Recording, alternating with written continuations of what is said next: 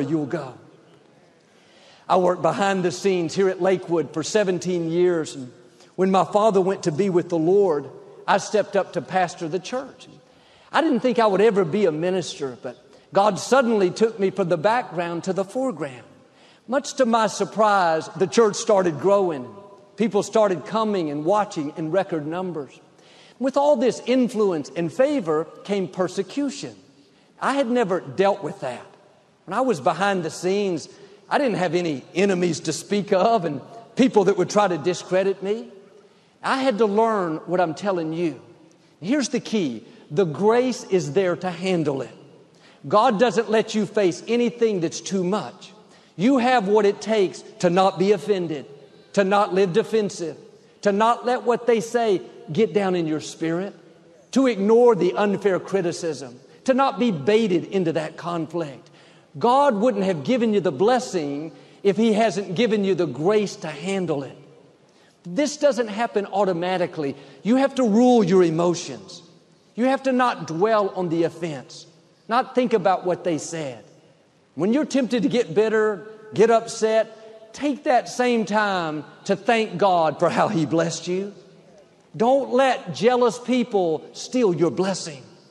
Don't let critical people that are never going to be for you, keep you from the greatness that God put in you. Jesus had many critics. Many people said hurtful things that were untrue. He could have straightened them out, spent time arguing, trying to change their mind. But the scripture says He answered them not a word. He didn't give them the time of day. Don't waste your time trying to change your critic's mind. Don't argue with people that don't matter. What they think of you is not going to stop your destiny. Their opinion is not going to keep you from your purpose. That negative chatter is a distraction. It's the enemy trying to bait you into conflict to get you off course.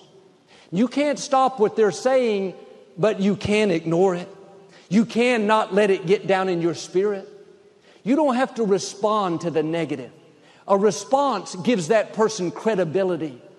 Don't validate what they're saying by answering them. You have a destiny to fulfill. You have an assignment to accomplish. Do like Jesus and ignore it. This was difficult for me at first. My personality type is to want everybody to like me. I want everybody to be for me. But I had to learn that some people are not going to like you, and that's okay. Some people are not going to accept you, and that's fine. Everyone is not supposed to be for you. But sometimes we're trying to change people's minds that are never going to be for us. You keep honoring God, being your best, and God will cause the people you need to be for you, and He'll take care of your critics. When it's the right time, just like He closed the mouths of hungry lions, He'll close the mouths of those trying to discredit you. That's not your battle. That battle is the Lord's. But if you don't let Him fight it, you'll live defensive, trying to prove to people that you're okay, prove to them that you're not what they said. You're letting them change who you are. You don't need them to be for you. Having them on their side, having them on your side, changing their mind is not going to move you forward. The best response is let your life, your success, your example do the talking. When I had been ministering for a few years, I was still young and not sure of myself, wondering how it was all going to turn out. I was at a book signing in another state.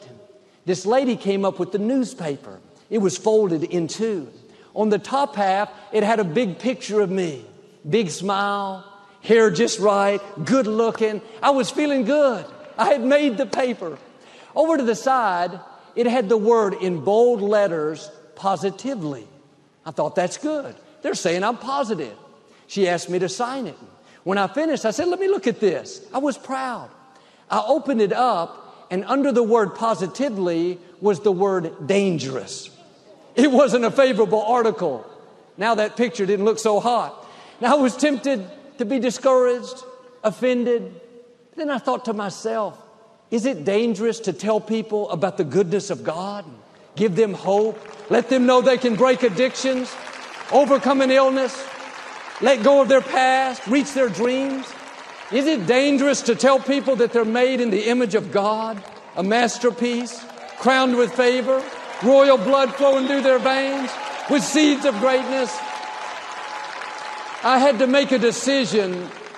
Was I going to let someone I had never met change who I am? Someone that didn't understand me, that wasn't for me, to cause me to be defensive, try to prove to them that I'm not harmful? Or was I going to ignore the naysayers, run my race, and let God fight my battles? Don't change who you are for someone that isn't going to be for you no matter what you do. It's not about you. It's about the 100-fold blessing on your life. It's about you having a harvest in a famine like Isaac. It's about you setting a new standard for your family, breaking the addiction, graduating from college. You don't have to respond. You don't have time to deal with every negative comment, every person that doesn't like or understand you. Be an Isaac. Take the 100-fold and move forward with your life. The king told Isaac, you're too powerful for us. Like Isaac, you're too powerful for some of your friends. You're too anointed for some of your co-workers. You're too favored for those critics. You're too blessed for those naysayers. Where God is taking you, they can't go. The sooner you move on, the sooner you quit responding, the sooner you quit giving the negative your time and attention, the better off you're going to be.